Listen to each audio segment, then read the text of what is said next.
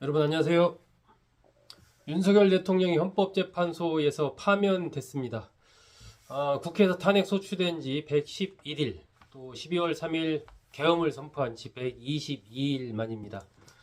우리나라 정치사에서 20여 년 만에 3명의 대통령이 국회에서 탄핵 소추가 되고 2명은 헌법재판소에서 파면돼 대통령직에서 물러났습니다.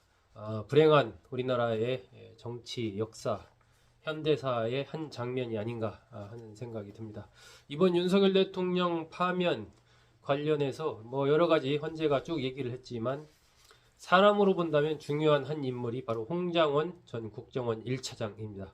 맨 처음에 윤석열 대통령이 정치인을 싹 잡아들여라 라고 하면서 그 체포 명단 이것을 알려준 그러한 인물이기 때문에 홍장원 전 1차장이 진작부터 주목이 됐었죠. 오늘 헌법재판소에서도 재판관들은 홍 전 차장의 진술을 인정했습니다. 윤 대통령의 진술을 배척하고 홍 전 차장과 곽종원 전 특수전사령관의 진술, 정치인 체포 지시가 있었다라는 부분을 인정을 했습니다.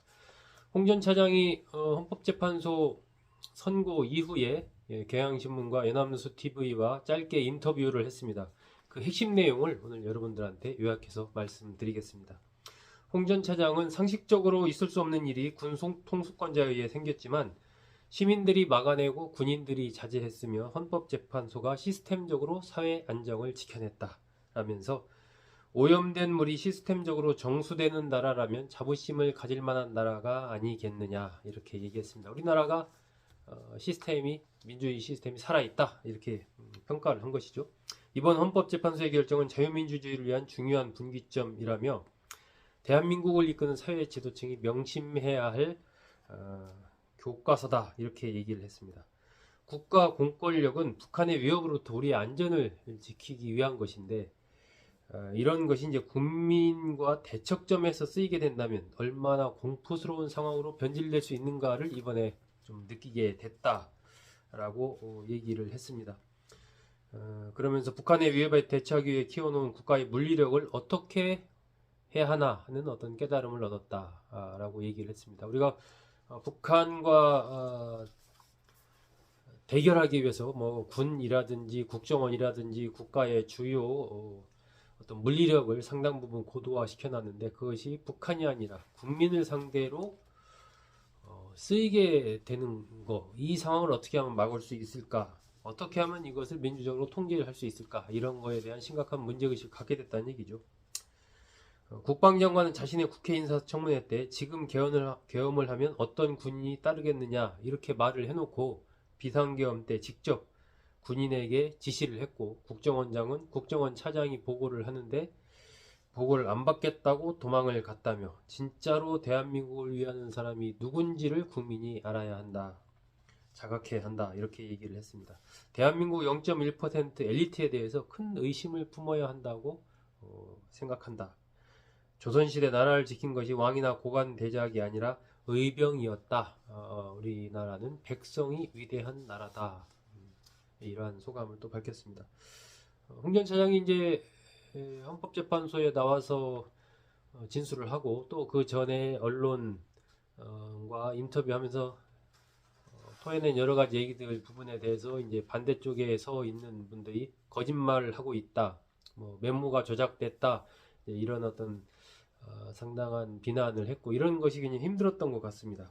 누군가 아침마다 손가락질하면서 너 거짓말했지 라고 말한다고 해보자. 한 3일이 지나니까 내가 거짓말을 했나 하는 생각이 들더라. 이런 상태로 112일이 지났다. 이렇게 그동안에 자신이 겪은 어떤 고통 이런 것을 털어놨습니다.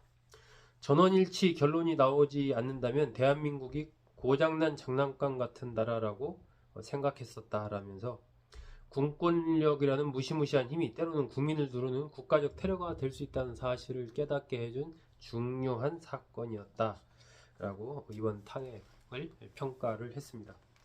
내가 야당과 짬짬이를 해서 엉뚱한 공작으로 탄핵을 만들어냈다는 주장 자체가 공상 같은 얘기라고 반박을 하면서 지난 110여일간 저와 제 가족에 대한 공작에 공격에 힘들었다며 당분간 휴식을 취할 예정이라고 이렇게 얘기를 했습니다.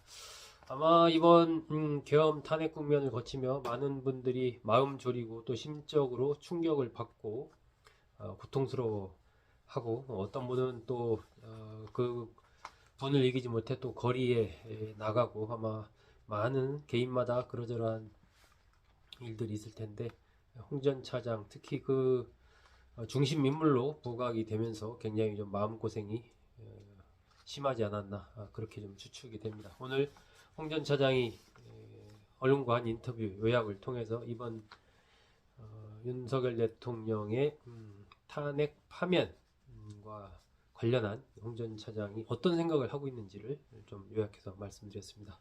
여러분 잘 들어주셔서 고맙습니다.